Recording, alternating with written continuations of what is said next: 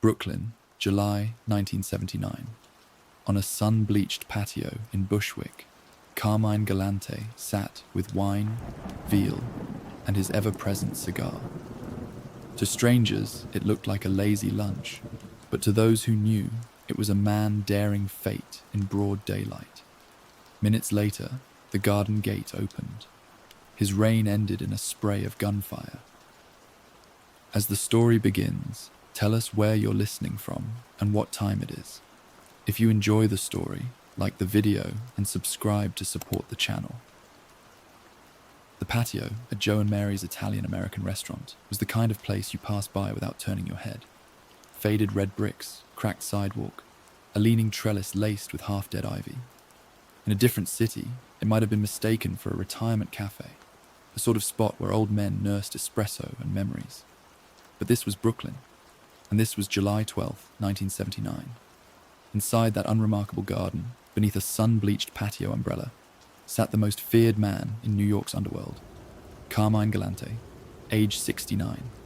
Thick lenses perched on his nose, a brown fedora tipped just so to keep the sun from his eyes. Even in the heat, he wore a light tan suit, pressed, not flashy, and polished brown leather loafers. In his left hand, resting like an extension of his body, was a cigar.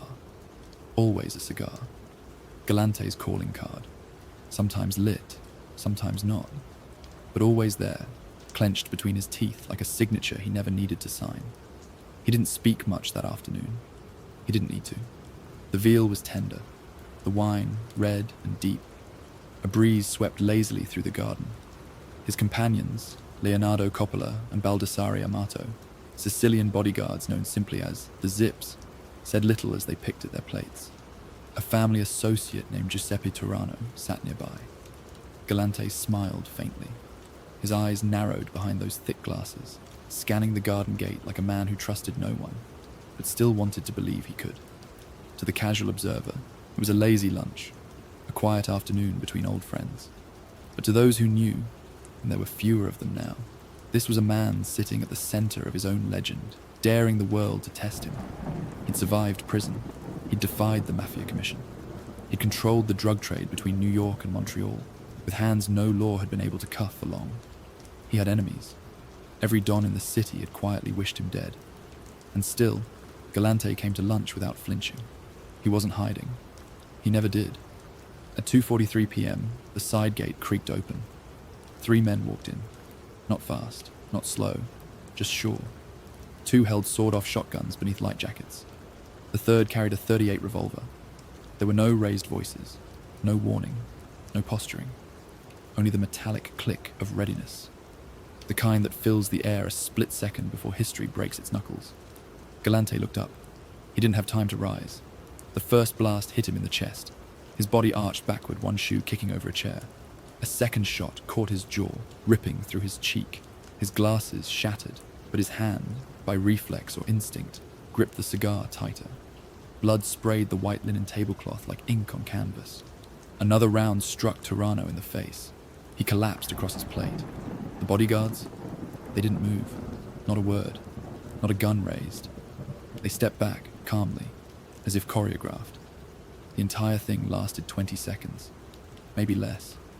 When it was over, Galante lay twisted beside a toppled table, his eyes half-lidded, his fedora blown clear, his torso riddled with lead, shirt soaked red. But there it was, the cigar, still pinched between his teeth, charred at the end, unfallen. That photo, the one that would flash across newspapers and history books, captured everything. The final snapshot of a man who mistook fear for respect, who believed being the most ruthless meant being untouchable, who in the end met death not in a penthouse or prison cell, but under an umbrella at a corner restaurant, with marinara stains and blood indistinguishable on the plates. The police would arrive minutes later. Tourists whispered, cameras clicked. No one ran. No one wept. It was a public execution in broad daylight. Not just a hit, a message, a ritual, a eulogy written in gunpowder and silence. It told the city that even the most unflinching monsters bleed, that cigars burn out, that kings fall, not with a roar, but with a wet thud on concrete and tomato sauce. But how did he get there? Who was Carmine Galante? Really? To answer that, we rewind the reel. Back before the bullets, before the veal, before the crown that never fit, to the smoky streets of early 20th century Williamsburg, where the boy who would become Lilo first learned that fists speak louder than apologies, and silence lasts longer than mercy. Let us go back to the beginning. The story of Carmine Galante doesn't begin with a gun. It begins with silence, the kind carved into old brick tenements and cracked sidewalks. It begins in 1910, when a Sicilian fishmonger and his wife brought a baby boy into the world in East Harlem, only to bury their dreams beneath the weight of tenement life. It begins before anyone called him Don or Boss or Lilo, before anyone feared him. They named him Carmine, and they raised him on scraps and suspicion. By the time he was 10, he'd already stopped smiling. Teachers called him moody, neighbors called him quiet, and other boys called him whatever they wanted. Once. He grew up speaking Sicilian at home and fists on the street. Poverty wasn't something he feared, it was something he understood. But weakness? That he refused to recognize. Weakness was a scent, and he never let himself carry it. Carmine's earliest jobs weren't jobs at all. He ran messages for street gangs, held lookout during stick-ups, and watched older boys disappear into police vans, only to return with fewer teeth and harder eyes. The lessons sank in early. If you wanted power, you had to be willing to lose your soul before someone else took it from you. His first arrest came at age 15, robbery and assault. He barely blinked during sentencing. Reform school meant more time to think, to learn. He was evaluated as having a psychopathic personality by the time he was 16. That didn't scare him. In fact, it seemed to fit. By the 1930s, Galante had graduated from fists to firearms. He found a place within the crime syndicates, forming under Joe Bonanno. The old man saw something in Carmine, something most men didn't have. Not just violence, but conviction. Galante didn't kill for money. He killed for momentum. Each act was a step forward. Each silence afterward, a badge earned. And so he rose. Not loud, not flashy, just certain, inevitable. He became known as Lilo, a street name, sure, but also a symbol. In dialect, it meant cigar. But to those who feared him, it meant something else. Something slow-burning. Something that left ashes you couldn't clean. But none of that was on display at Joe and Mary's that day in 1979. There was no thunder in the sky, no premonition in the air. Just a summer afternoon, the kind that tricked men into thinking they still had time. The autopsy would later note that Galante suffered 3 fatal wounds: chest, neck, face, any one of which could have ended him. But the newspapers didn't talk about the bullets. They talked about the cigar, because it stayed, even as the blood soaked through cotton and flesh, even as his eye went glassy, even as the gunman stepped over him like a discarded meal. The cigar remained, clenched between his teeth, like the last lie of a man who believed he could never be undone. It became a symbol overnight. Photos of the murder scene ran in the New York Post, Daily News, La Repubblica, and later, history books. The image said more than headlines ever could. No caption was necessary. For decades, the mafia had operated in shadows, rules, rituals, codes. But Galante broke those rules. He had declared himself boss of bosses without permission, had trafficked heroin on a scale even the commission feared, had surrounded himself with Sicilian loyalists, men who didn't answer to New York, but to him. He had challenged the old system, and the old system responded. But there's one last detail, something most forget. When the police arrived, when the sirens finally screamed through the Brooklyn heat and pressed back the hush, the 2 Sicilian bodyguards were still there, unharmed, untouched, standing over the corpse of the man they were paid to protect. They were questioned. They said nothing, because that too was part of the ritual. The kill was only half the message. The silence that followed was the rest. Carmine Galante wasn't just executed, he was erased. And yet somehow, the world remembers him. Not because of what he built, but because of how he fell. Because of a photograph. Because of a cigar. And in that sense, the final smoke never cleared. There are boys who grow up chasing kites and daydreams. And then there are boys like Carmine Galante, born beneath grey skies, where ambition tasted like copper and survival came before kindness. He arrived into the world in 1910 in a cold water flat in East Harlem. one of 8 children, to a pair of Sicilian immigrants who had brought their dialect, their customs, and their sorrows from Castellammare del Golfo, a coastal town in western Sicily steeped in feuds and silence. His father, Vincenzo, worked as a fishmonger down at the East River markets, the kind of man who smelled like brine even on Sundays, whose knuckles stayed red from the cold, and whose voice cracked more from hunger than authority. His mother, Nicolina, kept mostly to herself, eyes lowered, spine bent from laundry and grief. She never raised her voice. She didn't need to. In houses like theirs, it was understood that noise wasted warmth. Carmine was small as a child, wiry, quiet, and watchful. He listened more than he spoke, observed more than he reacted. But when he did move, it was with an edge that unsettled even the older boys on the block. By the time he was 7, he was already picking fights in the alleyways behind East 108th Street, bloodying noses, not out of rage, but to prove something. Something about space, respect, territory. He stole his first loaf of bread at age 8, not because he needed it, but because the grocer had insulted his brother. That same week, he slashed a schoolmate with a broken bottle for spitting on his shoes. Teachers wrote him off early. Withdrawn, aggressive, incapable of remorse. That was the phrase scribbled on one of his earliest disciplinary reports. His family didn't contest it. They were used to boys who fought, but Carmine didn't fight for show. He fought like it meant something deeper. Brooklyn in the 1910s and 1920s was a furnace of ambition and violence.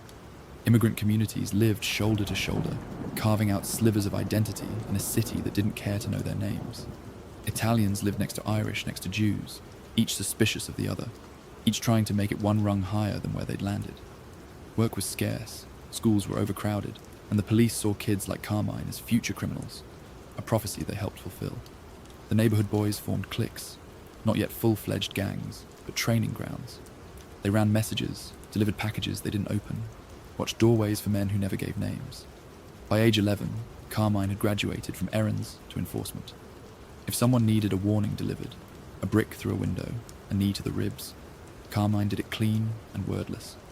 He wore hand-me-down clothes and shoes a size too small, but walked with the quiet confidence of someone who knew the rules and didn't flinch at breaking them. What separated Galante from the rest wasn't his appetite for violence, plenty had that, but his stillness. He didn't boast, didn't preen, didn't pretend. He understood something instinctively. In a world built on fear, the man who talks least is often the one most worth listening to. At age 12, he was arrested for assault after knocking a grocer unconscious with a crowbar. The man had refused to pay protection to a local tough, and Carmine, barely 5 feet tall, had been sent to correct that decision. During the booking process, a police officer noted his expression, blank, like he wasn't there. A doctor later called it emotional detachment. But what it really was, what they didn't yet understand, was control. By 14, the courts had had enough. After another violent assault, this time on a dock worker who'd grabbed his sister's wrist, Carmine was sentenced to the New York State Reformatory at Elmira, a grim red brick facility upstate where troubled boys were supposed to be molded into men. But Elmira wasn't a school, it was a factory for future gangsters. There, Carmine learned more than math or scripture. He learned structure. He learned that silence earns more than screaming, and that the strong don't demand attention. They take it when they choose. While other boys buckled under the pressure of confinement, Galante adjusted. He studied. Not books. People. Guards, routines, weaknesses.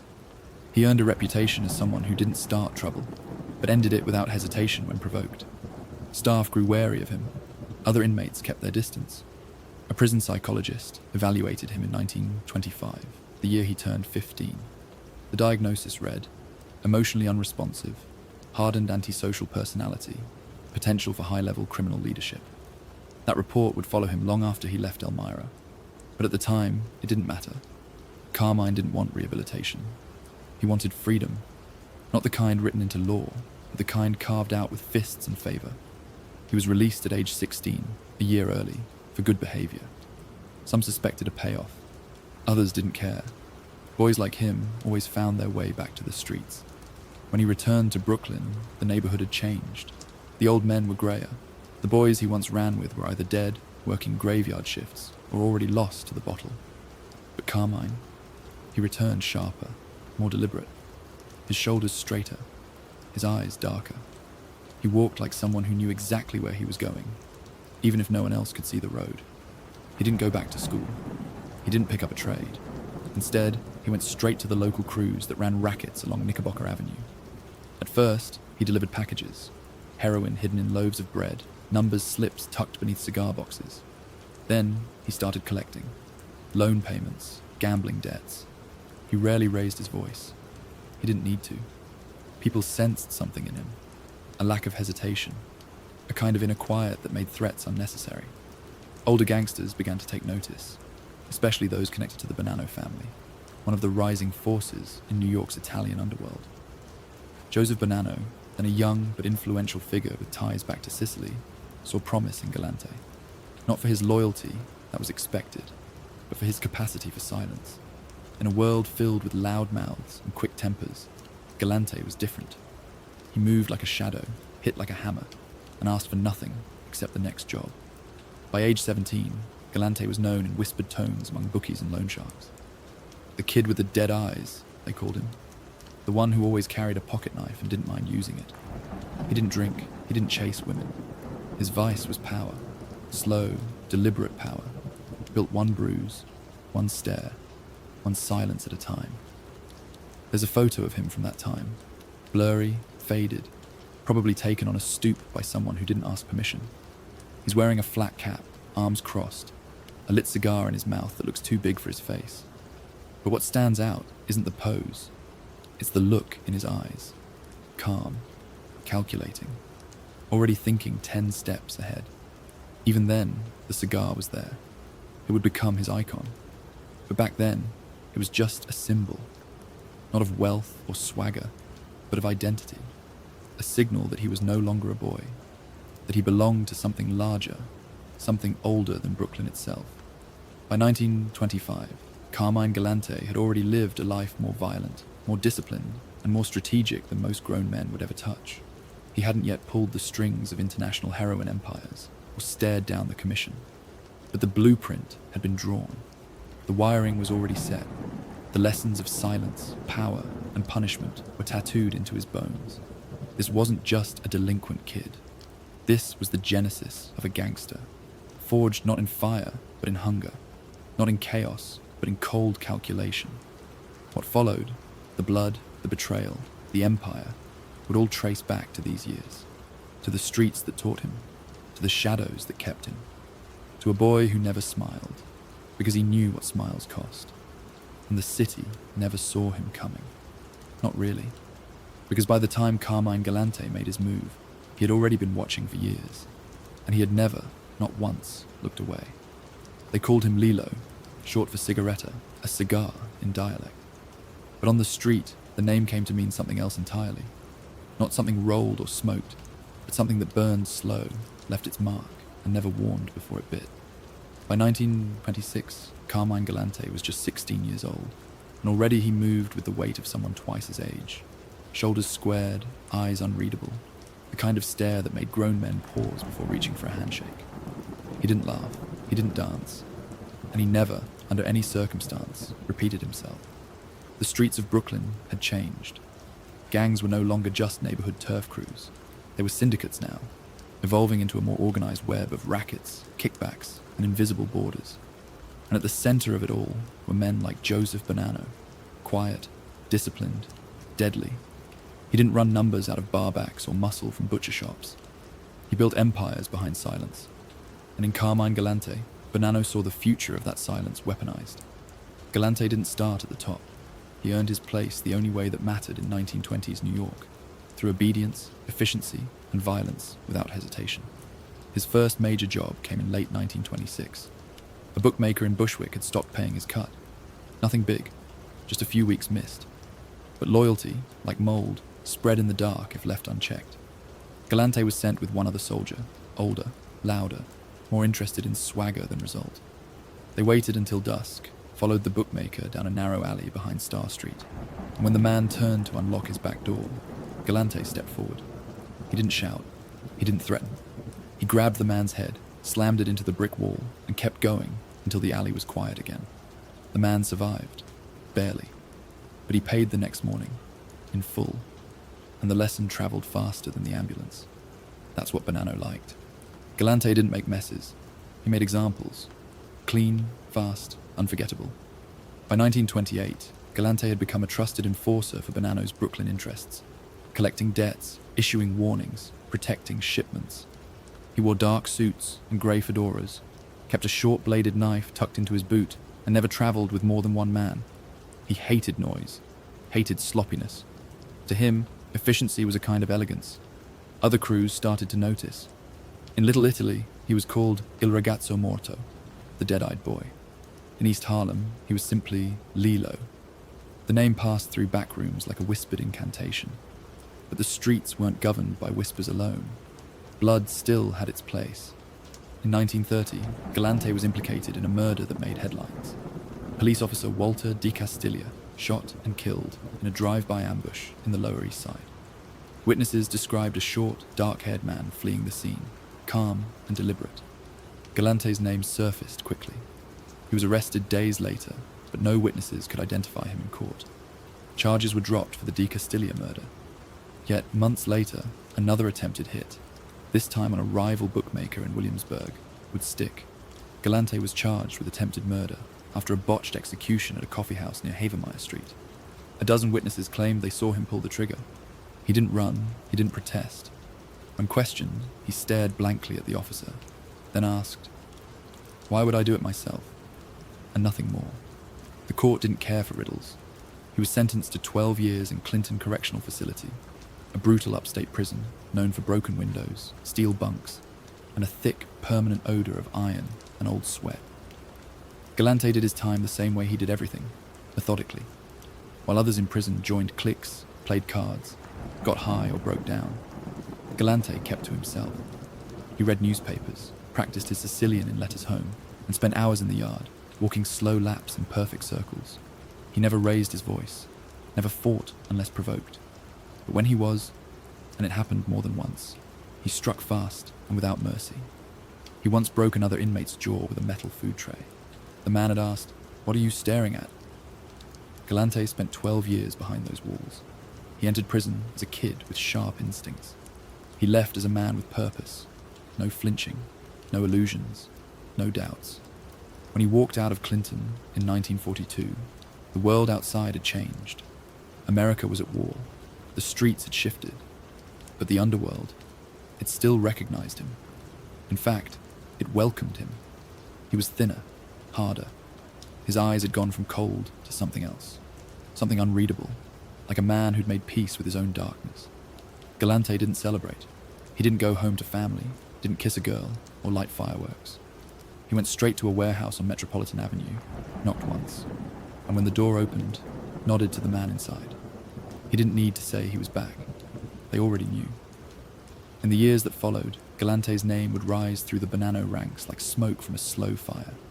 But it was during those early years, from 1926 to 1930, when the mold had been cast, when the myth was born.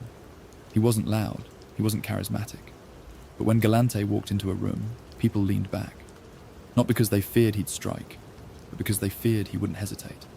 The cigar came with him, always, clenched in his teeth, unlit more often than not, like a fuse waiting for the right spark.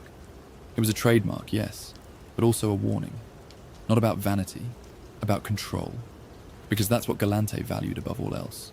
Not money, not fame, control. Of his voice, of his face, of his enemies.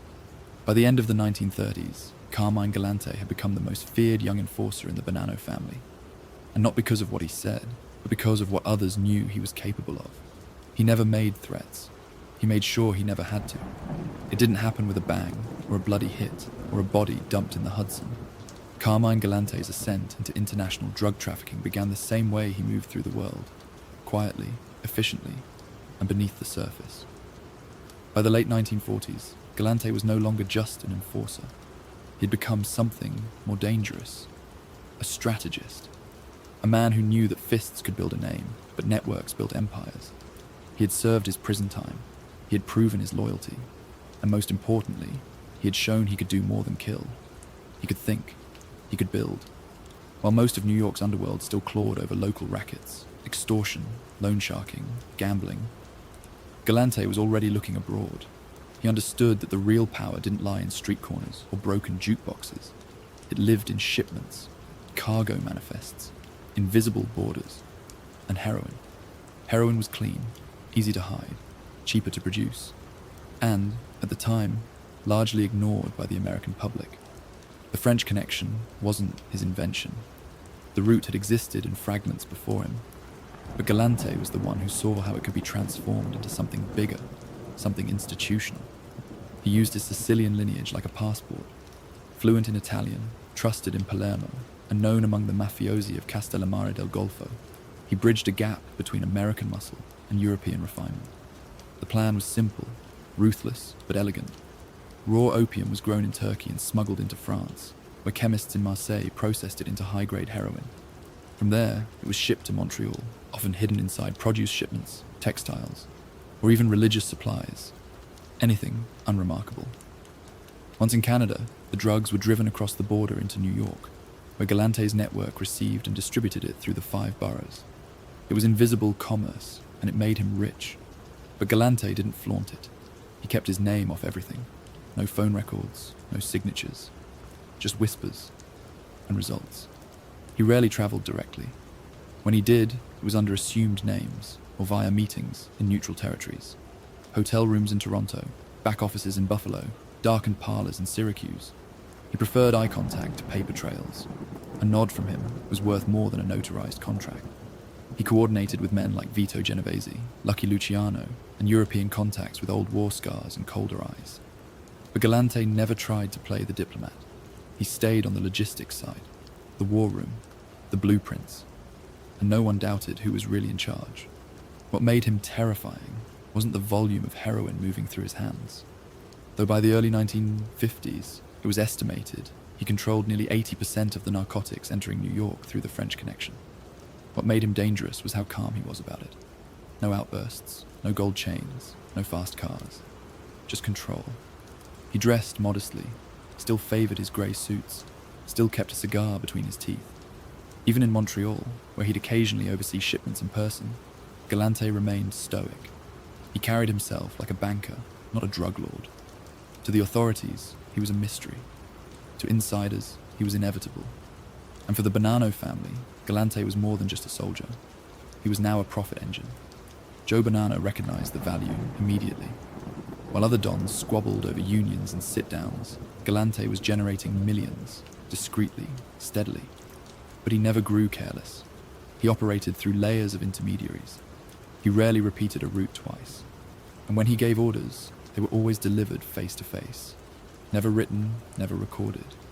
He once said, "If a man hears it from me and tells it again, he won't have the tongue left to repeat it a third time." It wasn't bravado, it was policy. One of his trusted men, a mid-level trafficker based out of Niagara Falls, disappeared in 1951 after joking too loosely about a heroin run during a card game. His body was found weeks later in a drainage ditch near Lake Ontario, throat slit, hands missing. No arrest was made, no statement issued. The silence spoke loudest. What Galante built during this period was more than a smuggling pipeline. It was a system, a new architecture for modern organized crime. And for a while, it worked perfectly. Heroin flooded into the US and was sold on the street in Harlem, the Bronx, and Lower Manhattan. Galante's cut was massive. Some estimates put his personal take at $20 million annually, in an era when a new house in Queens cost $12,000. Yet he remained invisible. Reporters didn't know his name. The FBI had photos but no leverage. And rival families, even the notoriously violent Colombo crew, didn't dare interfere. Because Galante wasn't just protected by men. He was protected by fear. But fear has a cost, and power attracts attention.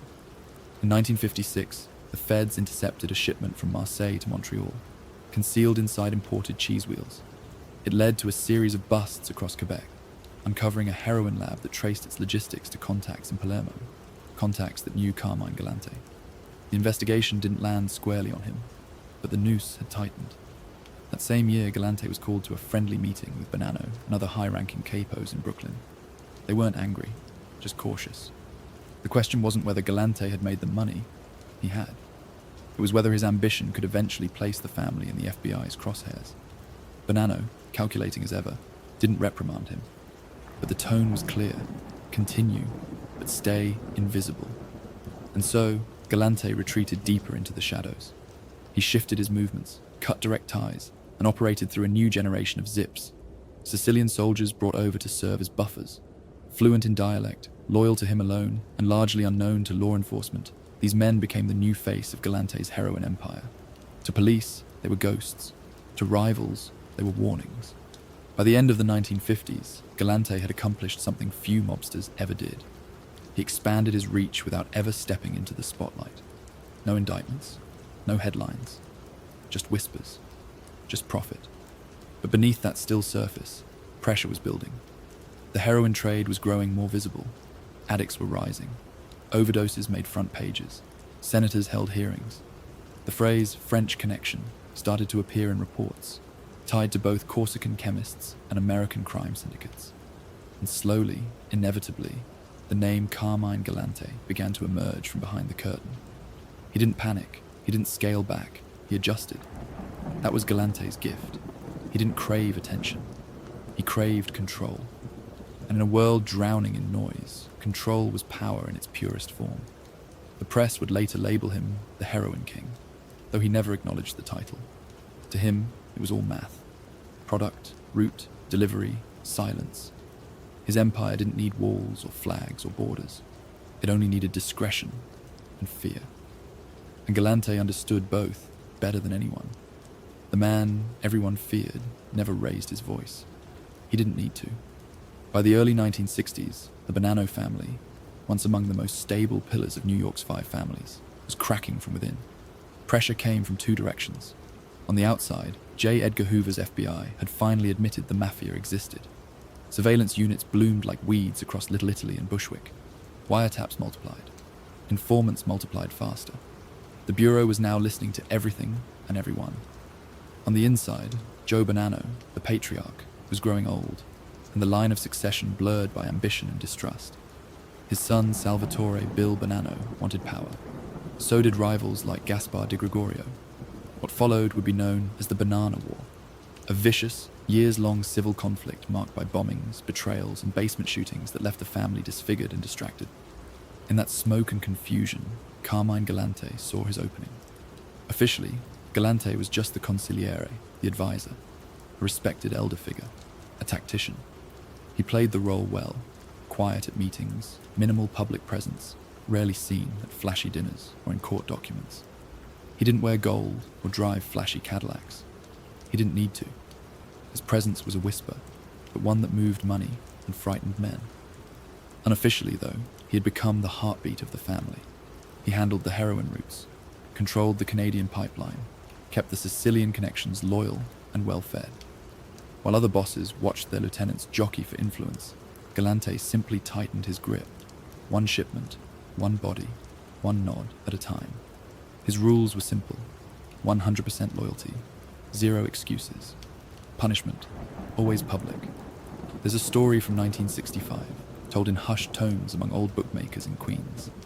A low-level associate named Vince Morelli had skimmed 10 grand off a heroin payout, thinking no one would notice.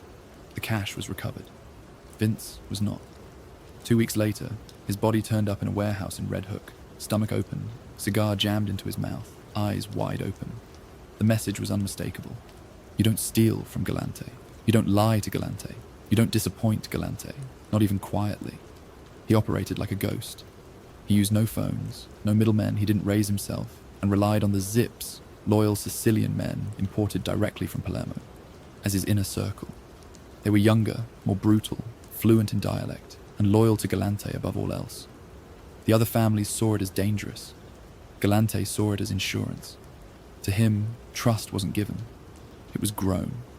It was bred. By the middle of the decade, his Montreal operations had become the linchpin of his heroin empire. Warehouses along the St. Lawrence River, fronted as textile importers or chemical suppliers, masked a steady flow of narcotics destined for New York, Buffalo, Detroit, and Philadelphia. He never appeared in photos, never signed shipping manifests.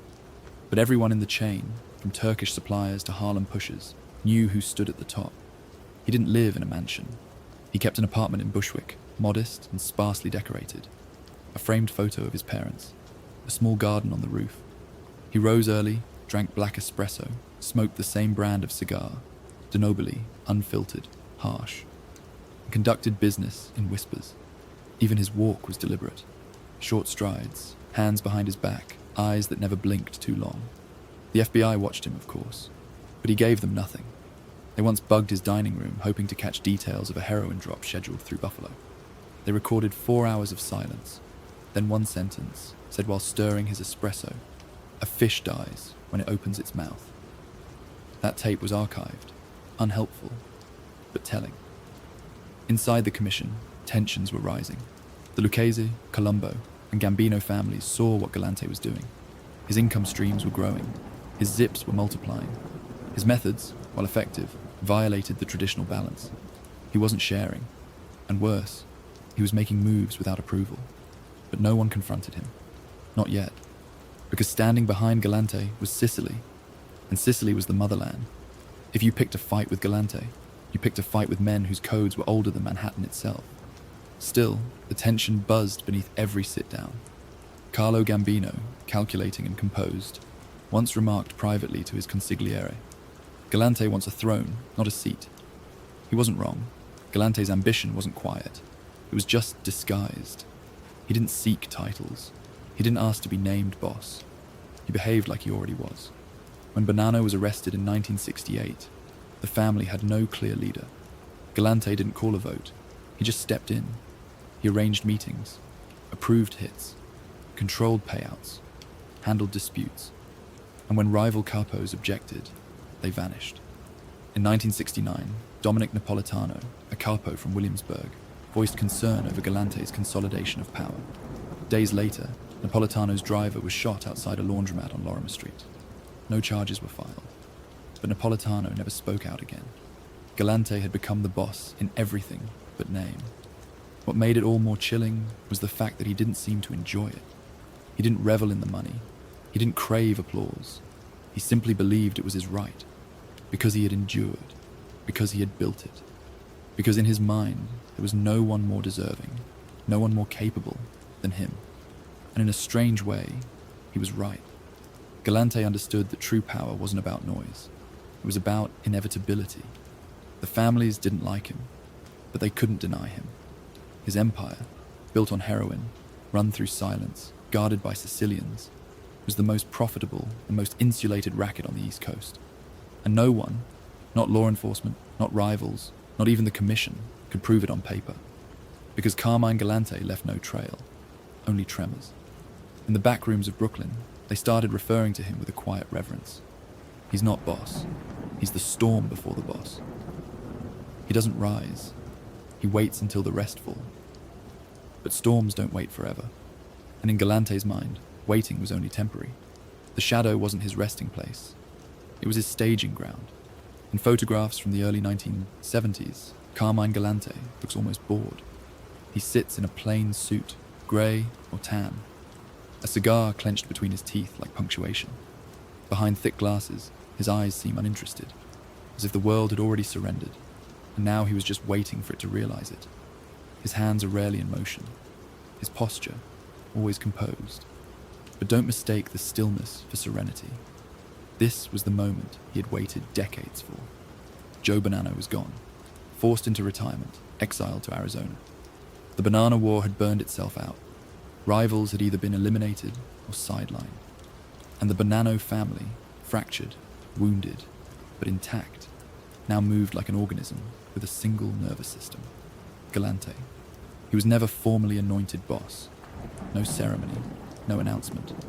But he didn't need one. Titles were for men who needed recognition. Galante didn't. He issued orders. They were followed. He scheduled meetings. They were attended. He decided who lived and who didn't. By 1971, he was running the Bonanno family like a private army.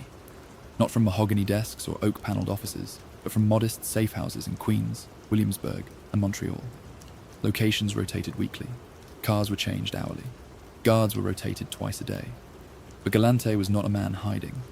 He was a man who believed that control was safety.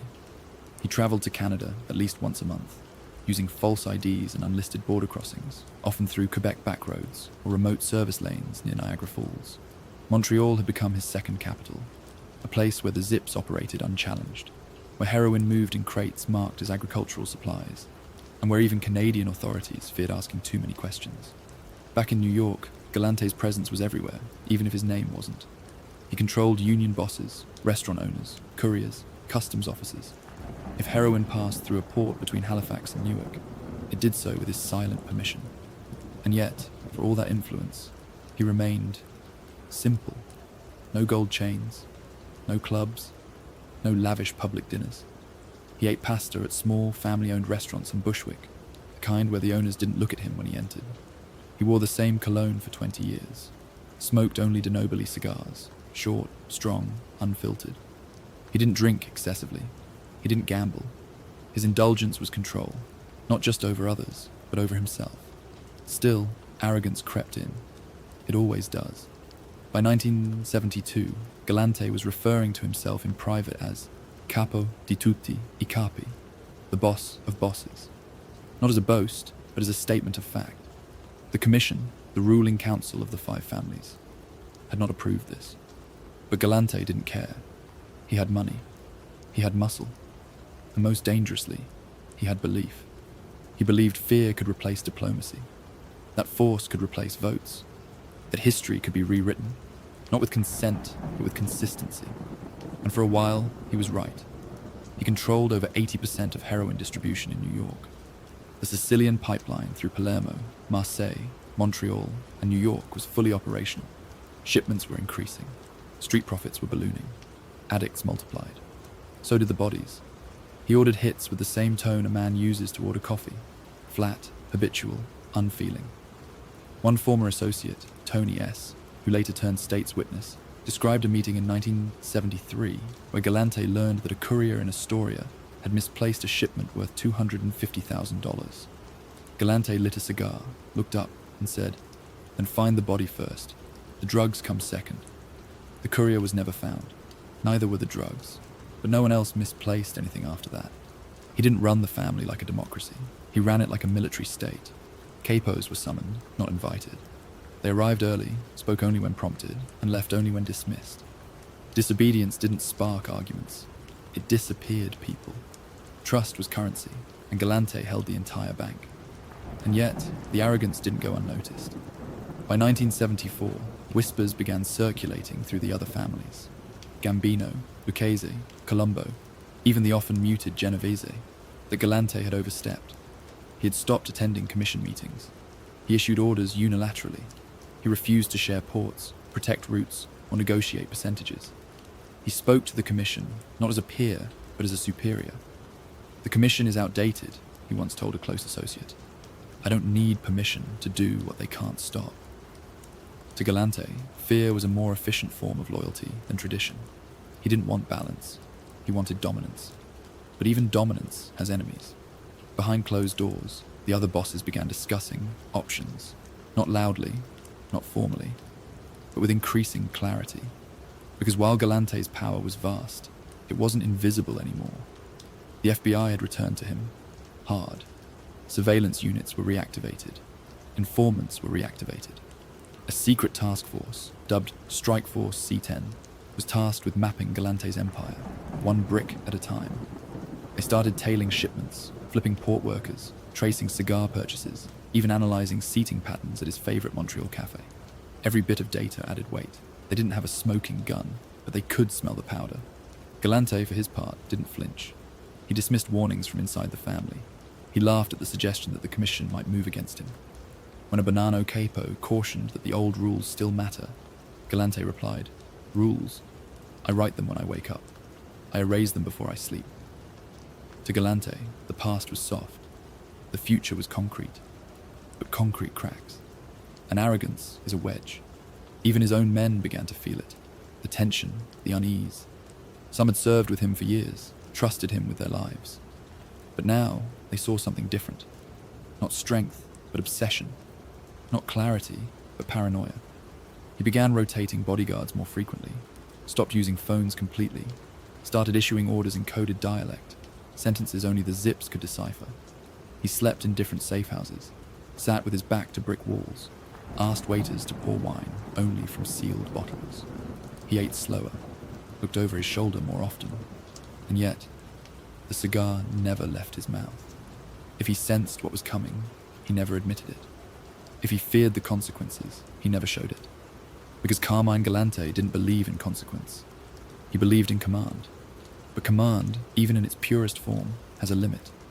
And Galante, seated at the height of his power, hadn't reached the summit. He'd just reached the ledge. In the old days, betrayal came from the outside.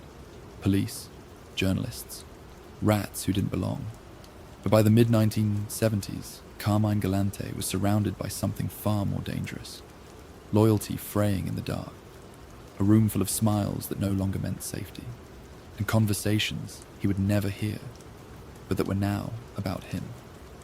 Galante had built an empire on silence, fear, and brutal efficiency. But somewhere along the way, fear began to rot from the inside. Power no longer just inspired obedience. It created resentment, isolation, and paranoia, the quiet symptoms of a ruler who had mistaken fear for permanence. His enemies, once distant, were now closer than ever. They were at the table. They kissed his cheek. It began with the Zips. Imported from Palermo and Castellammare del Golfo, the Zips were Galante's personal army. Young, disciplined, brutal, in a way that unsettled even seasoned New York killers. They didn't talk, they didn't drink much, and they didn't answer to anyone except Carmine. To the other families, and even some within the Bananos, it was a threat unlike any they had seen. The Zips operated in a different code. They handled the most sensitive shipments. They enforced Galante's orders with surgical violence. Their loyalty came not from the Commission or from American traditions of Cosa Nostra, but from bloodlines and whispered dialects older than Ellis Island itself. To Galante, they were the future, cold, efficient, and uncorrupted by the softness of American ambition.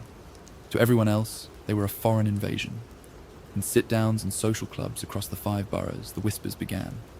He's making his own family. He's replacing us. He doesn't need the Commission anymore. Galante had always been feared. But now, for the first time in decades, he was being discussed.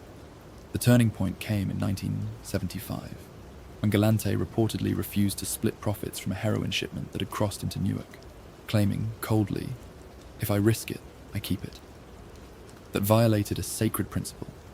Even for someone as feared as Galante, refusing to share with the Commission, the ruling body of the Mafia, was an unspeakable act. It was more than greed. It was war. The Lucchese family was the first to bristle. Carmine Tramunti, their aging boss, had tolerated Galante's maneuvering as long as the lines of profit remained respected. But now, Galante was stepping over those lines, quietly but undeniably. He had ignored the Commission, ignored requests, ignored warnings, and most dangerously, he'd done so without apology. The Gambinos, led by the icy and calculating Carlo Gambino, watched carefully. Gambino was a man who preferred chess to blood, but even he understood what was happening. Galante wasn't trying to be a part of the Commission. He was trying to replace it. Wiretaps from the time, installed by the FBI in Bronx social clubs and midtown restaurants, picked up the anxiety. One capo muttered, "He's building a wall around himself." Another said, "He'll choke the whole thing if we let him."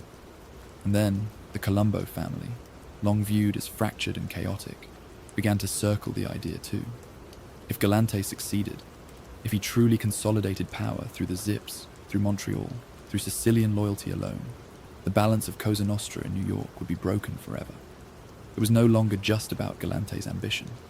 It was about preservation, of structure, of legacy, of the old way. Even within the Bonanno family, cracks were forming. Galante's iron control had begun to alienate those beneath him. Capos, who had once thrived under Bonanno's consensus model, now found themselves sidelined, replaced, or worse, watched. One capo, who spoke under condition of anonymity decades later, said he didn't trust anyone, not unless they came off a boat from Palermo. Meetings were tense. Laughter disappeared. So did voices. Galante stopped explaining his orders. He simply gave them.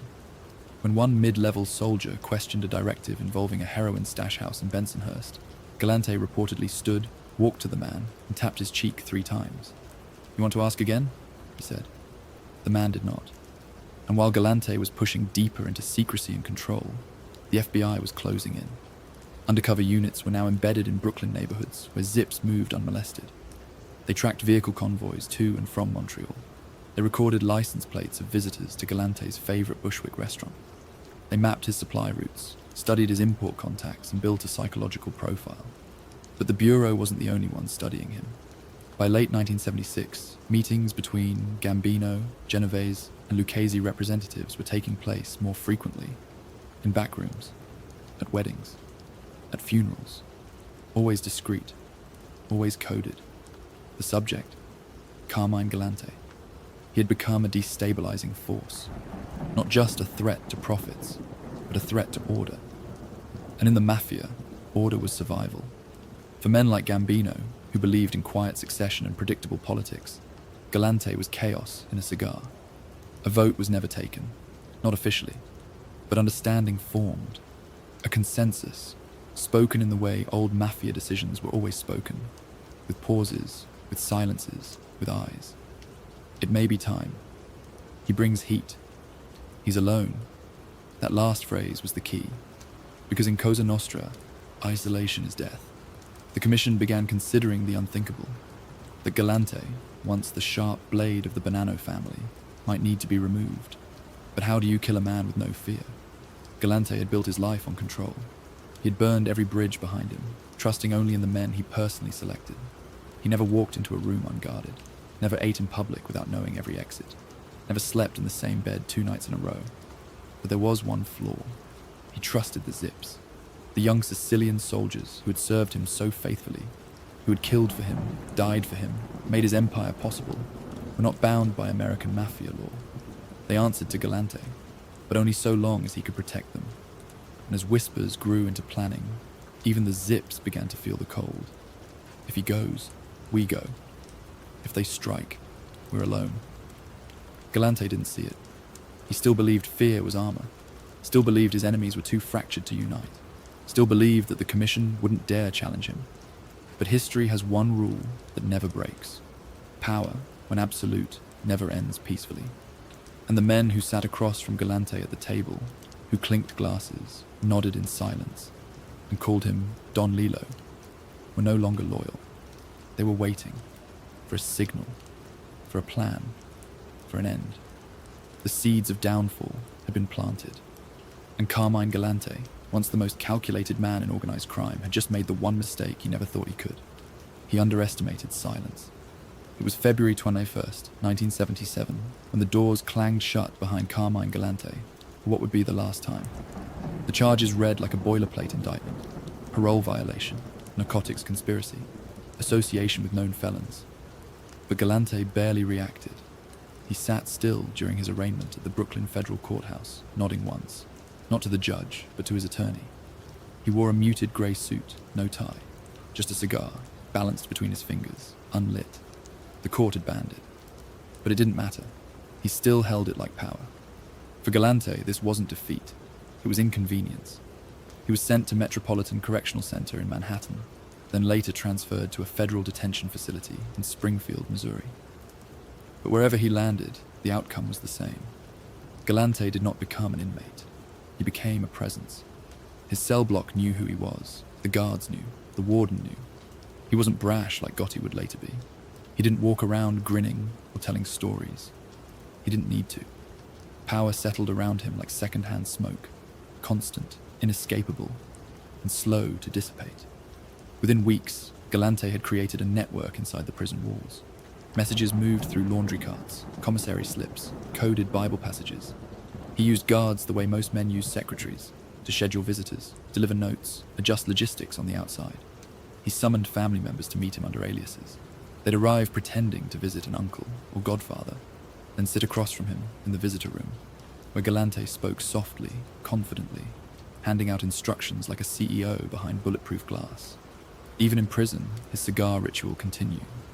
He'd tuck unlit cigars into envelopes, hand them to guards as parting gifts, or chew the tip while reading newspapers no one else bothered to finish. One inmate said, he looked like he was on a train platform, not in a cell, like he was just passing through. He was right, in a way. Galante still ran the Bonanno family from inside. Shipments still moved. Money still changed hands. People still died on his command, and the FBI knew it. They monitored every call, recorded every visit, even tried to place an informant in the adjacent cell, a small-time dealer from Newark who lasted less than 4 days before requesting solitary. "That old man doesn't blink," he told his handler. "It's like talking to a brick wall with a heart that still beats." Galante's posture during this time was one of absolute control. He gave no sign of weakness. During interviews, he laughed when asked about the drug trade. "Heroin? I wouldn't know what it looks like." He smiled when asked about his enemies. "I'm too old to hate anyone, but I remember." He never raised his voice, never complained about the food. He ate slowly, slept lightly, walked the yard with his hands behind his back. But on the outside, the game had changed. While Galante sat in federal custody, the commission was meeting again, not in open confrontation, but in quiet consensus. His arrest had slowed the flow of heroin, not stopped it, but it made Galante vulnerable in a way he hadn't been in years. And in that vulnerability, opportunity bloomed. The bosses, Gambino, Lucchese, Genovese, even factions of the Colombos, saw their chance. This wasn't revenge. This was correction. Galante had upset too many balances. He'd ignored too many protocols. He had built something too centralized, too personal. A regime, not a family. Now he was aging. Now he was inside. Now he was isolated. Still dangerous. Yes. Still powerful. Of course. But no longer invincible. And those closest to him, even some of the zips, began to feel the tremors. Whispers filtered through prison corridors, tapped into Galante's awareness like cold water creeping through cracks. He responded with silence. He adjusted routines. He changed visitation schedules. He moved funds between handlers. He ordered loyalty tests on the outside. He knew what was coming. Not how, not when, but he knew. And yet, he did not panic. Because to Carmine Galante, control was not just a tool, it was faith. He believed that so long as he held the fear of others, he held his kingdom, even in a 6x9 cell. But faith doesn't change math, and the numbers were shifting. In early 1978, an informant passed word to the Bureau. "They've made the decision. Galante's not coming back." The FBI noted it. They tightened surveillance. But they couldn't stop what they couldn't prove. Because the mafia doesn't vote in writing. It doesn't send warnings. It simply waits. And then it moves. Inside, Galante seemed unbothered. He still walked the yard with slow, measured steps. Still drank espresso from a paper cup like it came from a silver pot. Still murmured orders that changed lives on the outside. But one guard later said he started watching the clock more. Like he wasn't checking the time. He was checking how much of it he had left. By August 1978, Galante was released. His lawyers had negotiated around the parole violations. The drug charges didn't stick. The FBI gritted its teeth. He stepped outside like a man finishing lunch. No celebration, no cameras. Just a waiting car and a waiting cigar. But something had changed. He wasn't returning to his empire. He was returning to his own funeral, one that hadn't happened yet. The commission didn't care that he was free. They hadn't wanted him locked up. They wanted him gone. And Galante, for all his calculation and quiet menace, had reached a place no gangster survives. He'd burned all his bridges. He was too feared to trust, too powerful to spare, too solitary to defend. His cigar was still lit, but the matchbox was nearly empty. The room was quiet, too quiet for what was about to be decided.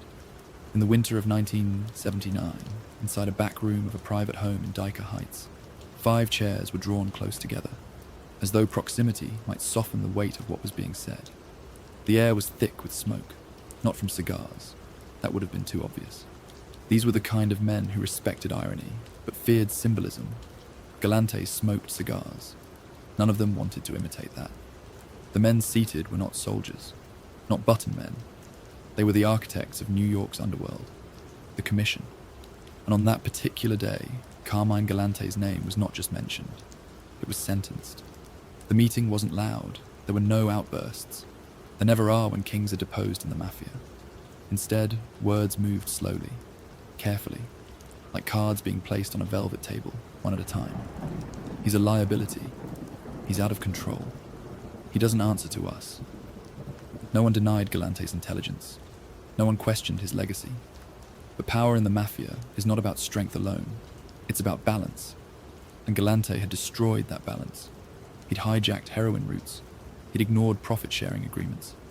He'd built an empire that existed outside of the five families. Most dangerous of all, he'd started believing he was above the commission. Not a partner.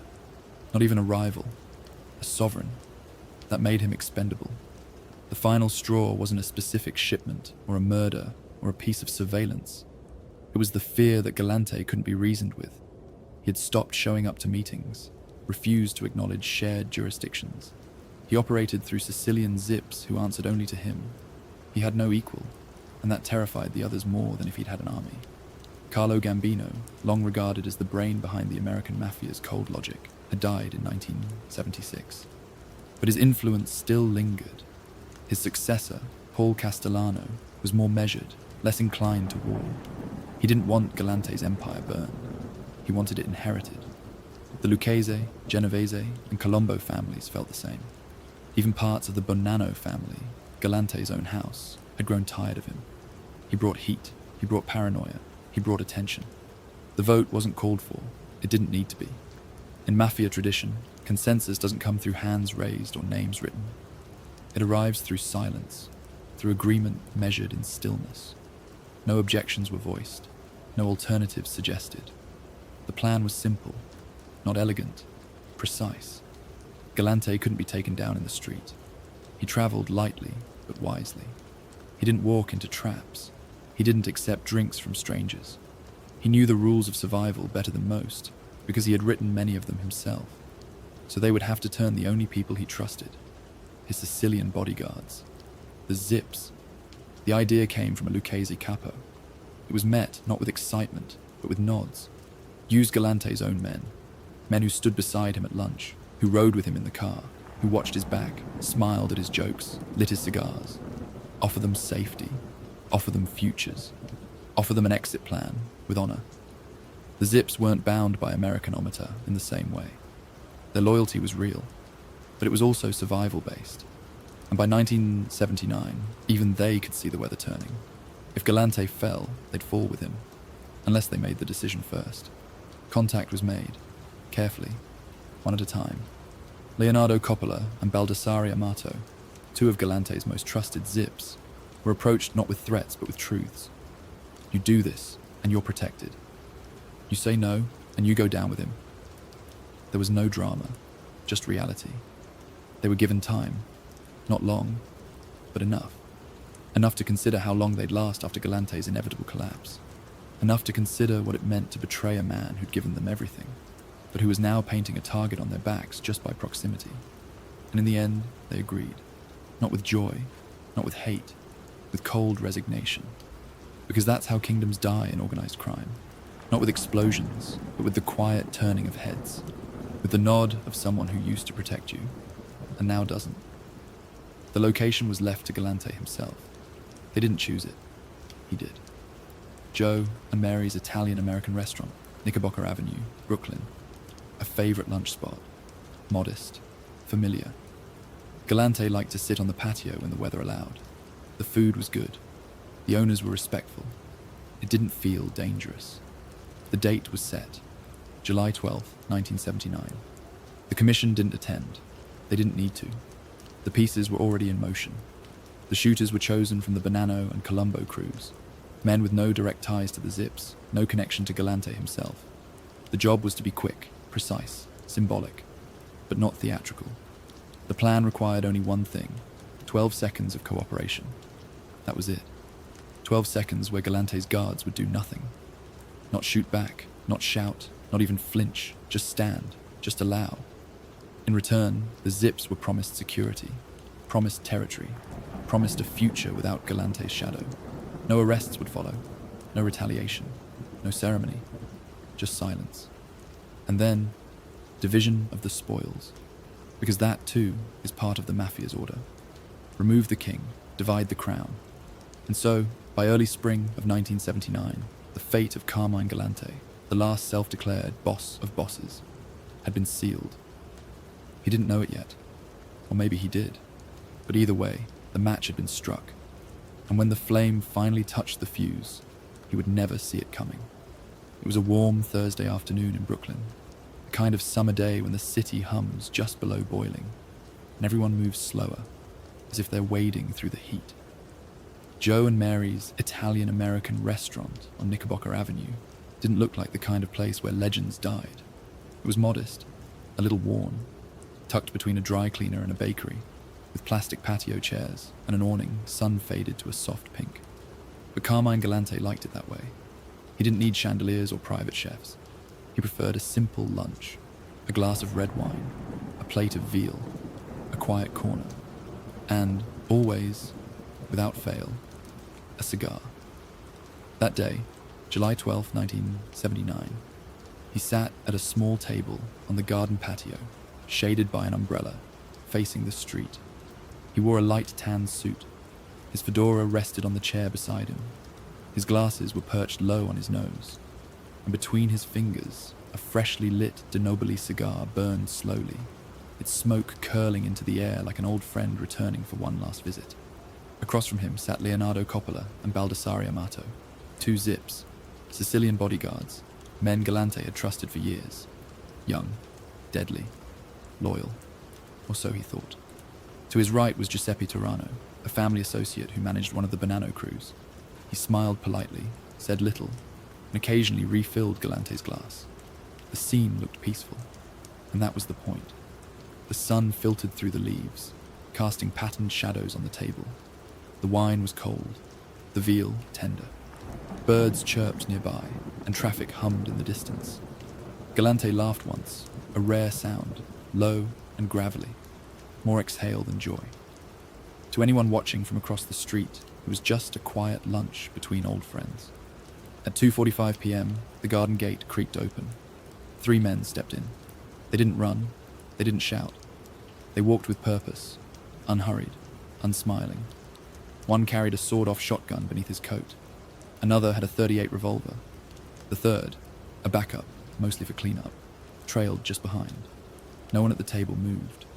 Not at first. Galante glanced up, eyes squinting through the smoke and the sun. And then it happened.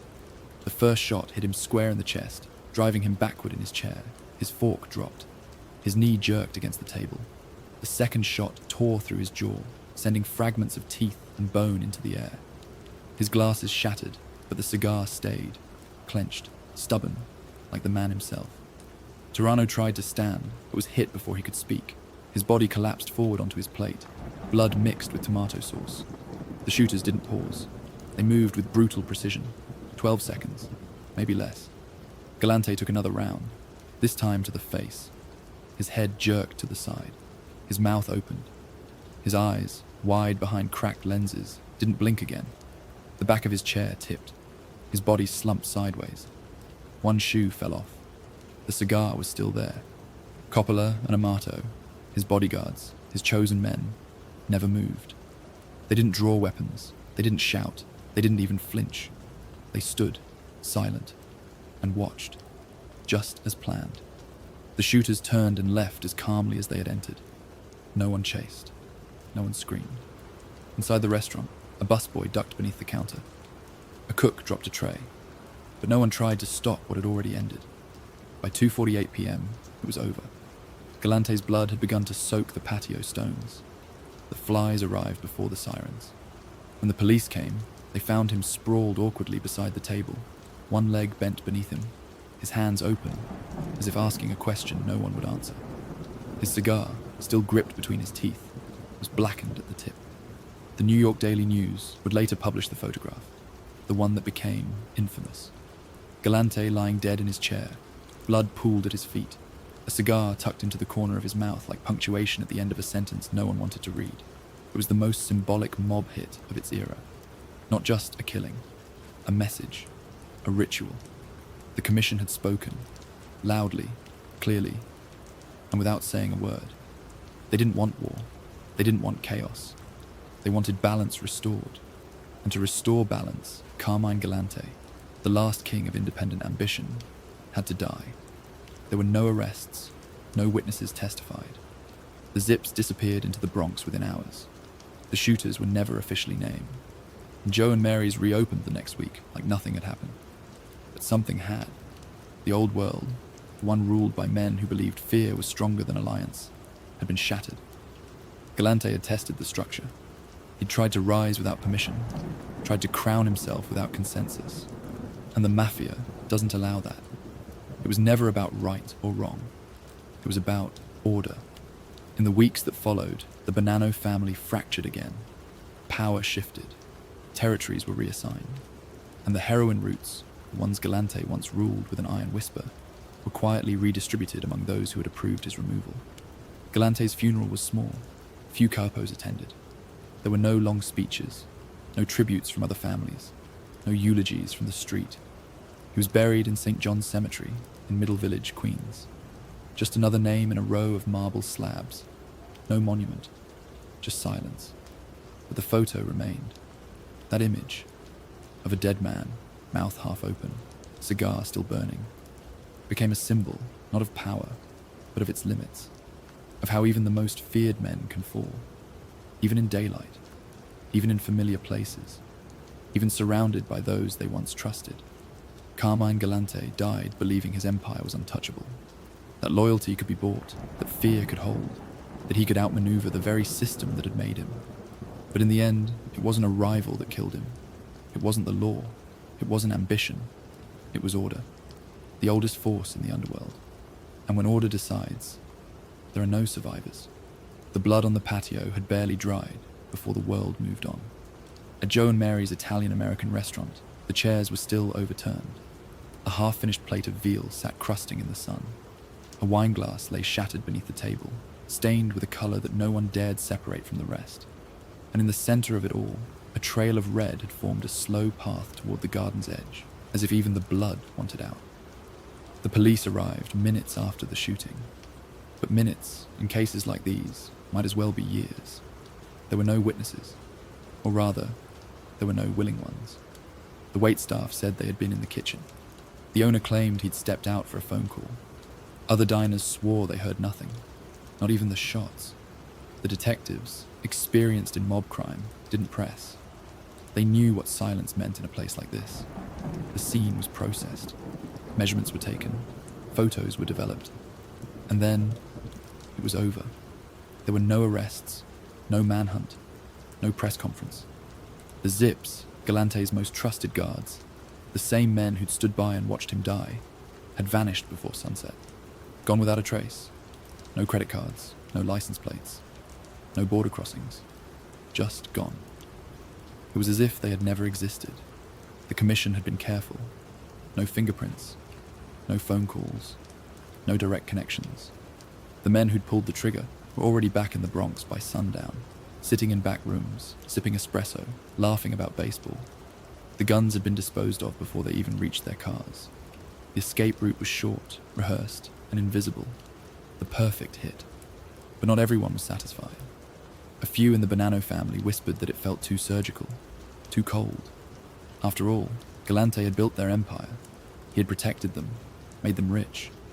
But then someone else would respond, "Yeah, and he nearly got us all killed." Grief never lingered long in the mafia. Loyalty had an expiration date, and once it was reached, you weren't remembered. You were removed. Galante's body remained unclaimed for several hours. The morgue tagged him with a number instead of a name. His suit was bagged. His cigar, remarkably, still clutched between his teeth, was pulled and catalogued, never lit again. Eventually, a distant cousin made arrangements. Not his daughter, not his closest lieutenants. A cousin. The funeral was held 5 days later at a small chapel in Middle Village, Queens. Attendance was sparse. A few extended family members. One or two Bonanno soldiers who hadn't yet figured out where they stood. No rival families. No commission representatives. Not even a priest who knew his name. There were no speeches, no flowers, no honor guards. Just a cheap casket, a brief service, and then dirt. A man who had once commanded multi-million-dollar operations, who had silenced neighborhoods with a look, who had restructured heroin trafficking from Montreal to Manhattan, now buried beneath a slab of concrete and a name etched in stone no one visited. His grave sits in St. John's Cemetery, alongside other fallen men who once thought they were immortal. There is no fanfare, just stillness. and occasionally, cigarette butts left by old friends who no longer speak his name out loud. In the weeks that followed, reporters tried to piece it together. The New York Times ran a brief piece.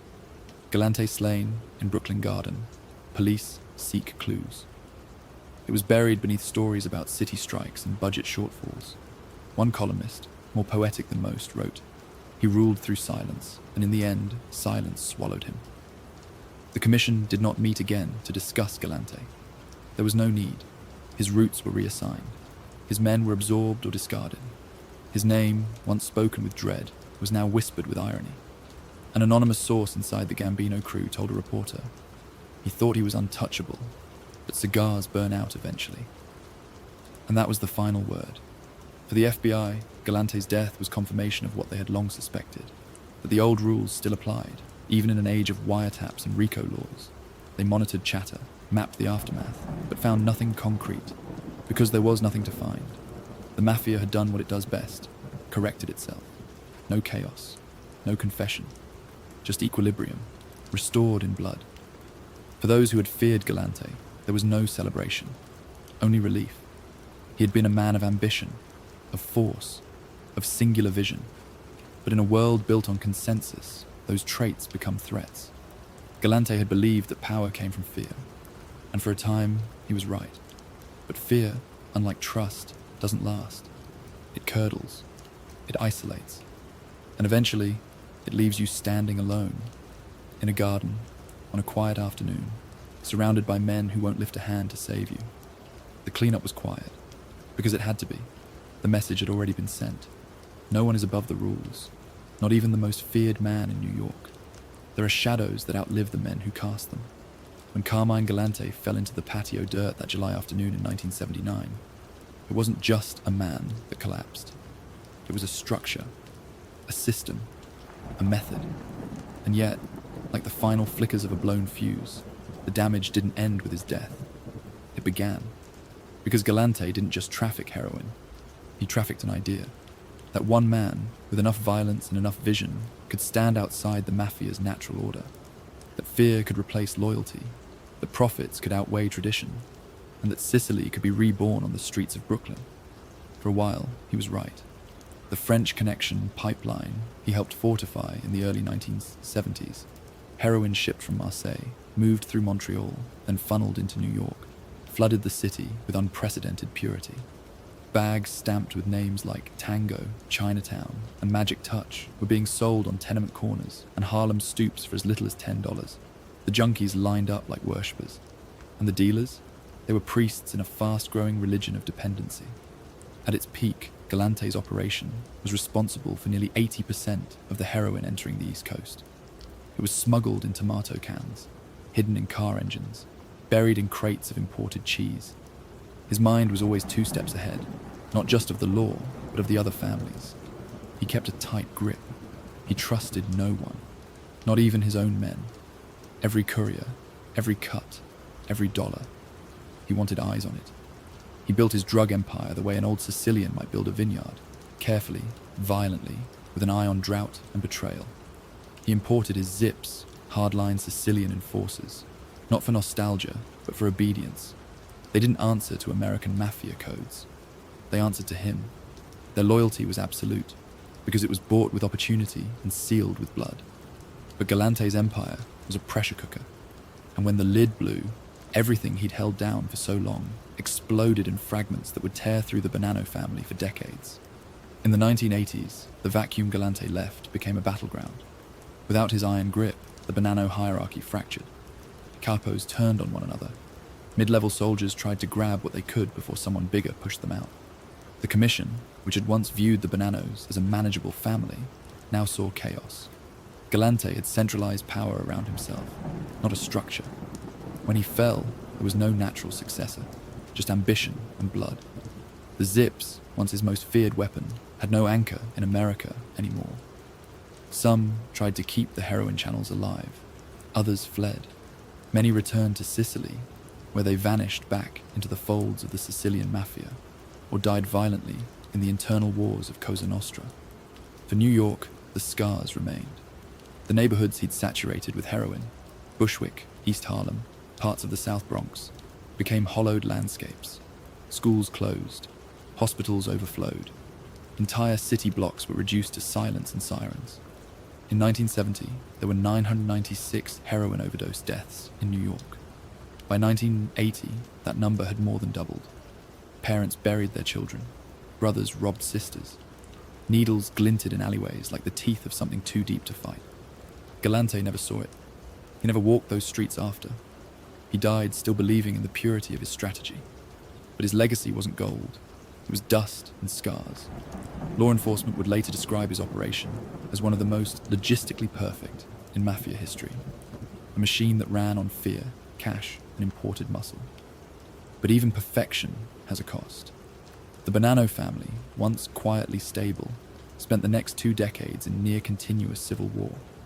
Informants rose from within. Bosses were murdered. Power changed hands so many times the FBI stopped trying to diagram it with a hierarchy and started mapping it like a wildfire. Old loyalties meant nothing. New deals were made in the shadow of ghosts. And through it all, Galante's name hovered. Not as a myth, but as a warning. He was the blueprint for both empire and collapse. Unlike Luciano, who built through diplomacy, or Gotti, who burned through flash and charisma, Galante was a general without a council. His strength had been in his isolation, and that was also his fatal weakness. Those who came after took notes. Drug operations in the late 80s and 90s became more decentralized. They adopted Galante's distribution methods, but not his leadership style. They remembered what happened when one man tried to wear the crown and hold the sword and write the rules all at once. The heroin kept coming, but the fear, his fear, never returned. By the early 2000s, the Bonannos were barely recognizable. The FBI had dismantled what was left of their old hierarchy through Operation Donnie Brasco and multiple RICO indictments. They were smaller, quieter, and more desperate. In interviews with aging mobsters, Galante's name is sometimes brought up, usually with a shake of the head. He flew too close, one said. Thought he was Caesar. Got taken out like Caesar too. Another, quieter and older, whispered, he killed more of us than the feds ever did. Today, Galante's legacy is not preserved in plaques or statues. It's preserved in the structure of how drug empires learned to adapt. It's in the decentralized networks, in the coded ledgers, in the whispered threats between men who don't believe in family, only business. His methods were revolutionary, yes, but they were also unsustainable. Fear works until it doesn't, and when it breaks, it doesn't echo, it implodes. That's what happened to the Bonannos, and to the city, and to all those who thought Galante's empire was the future of the American mafia. It wasn't. It was a flare, bright, violent, and then gone.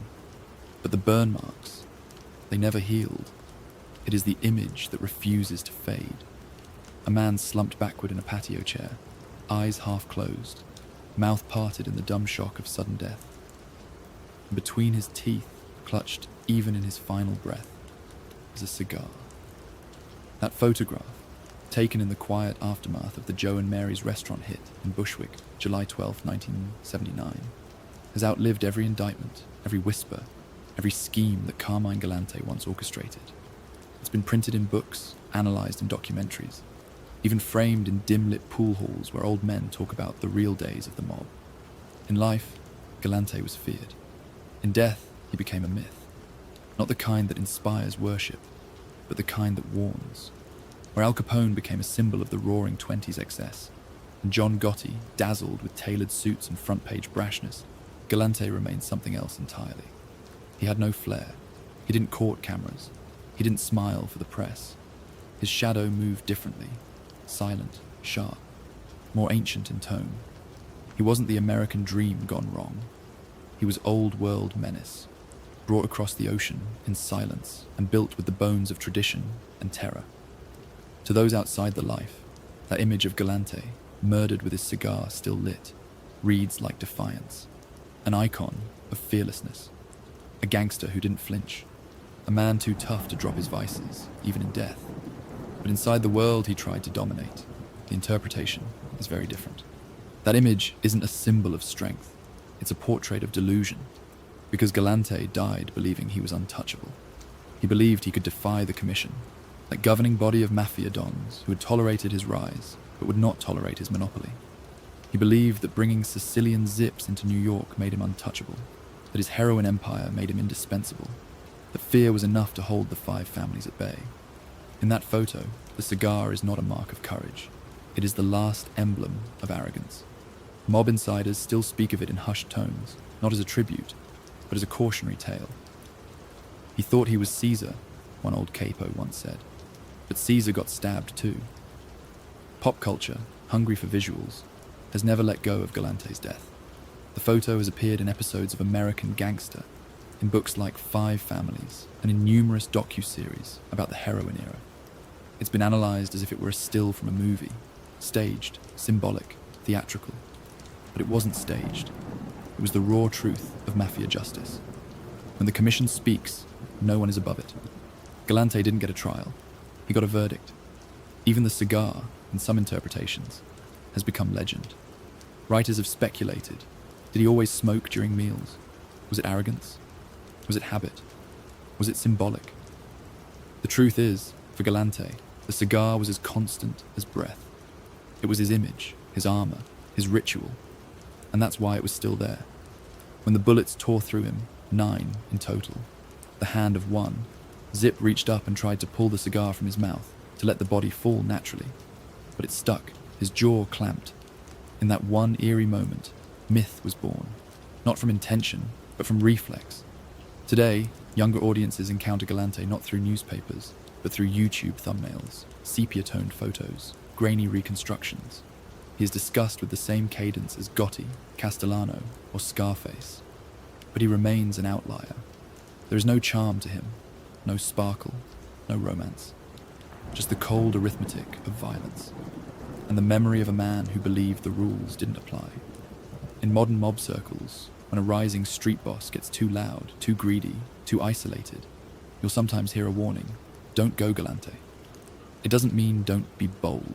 It means don't mistake your fear for immortality.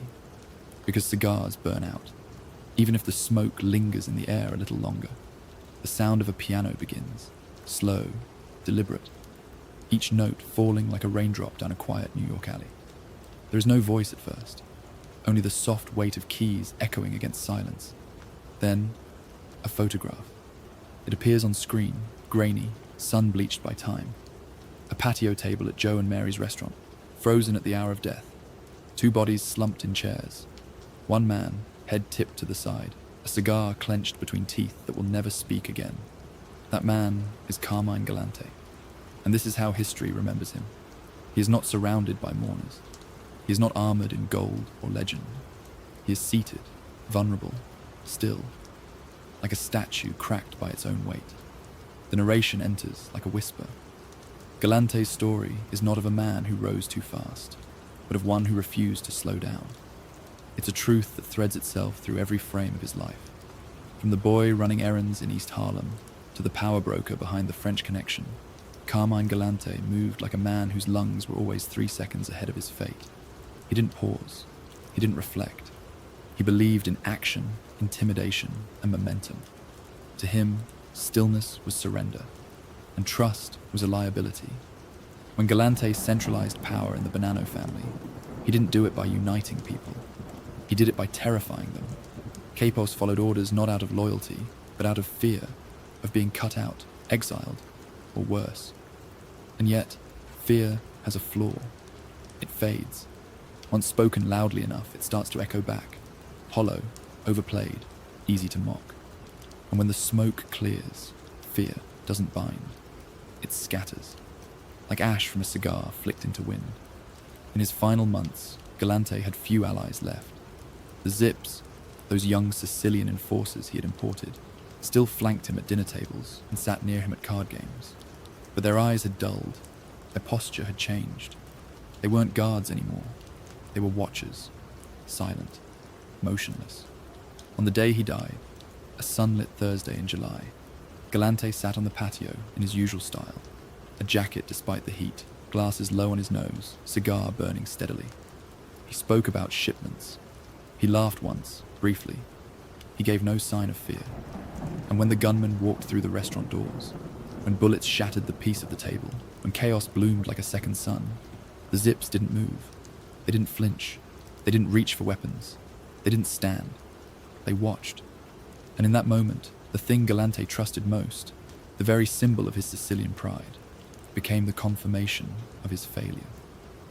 He saw loyalty as weakness, the narrator says. He mistook fear for respect. And in the end, the ones he had imported to protect him simply stood still as he died. There is no comfort in that realization. No justice. Just the cold arithmetic of consequence. The camera pulls back now. We see archival photos.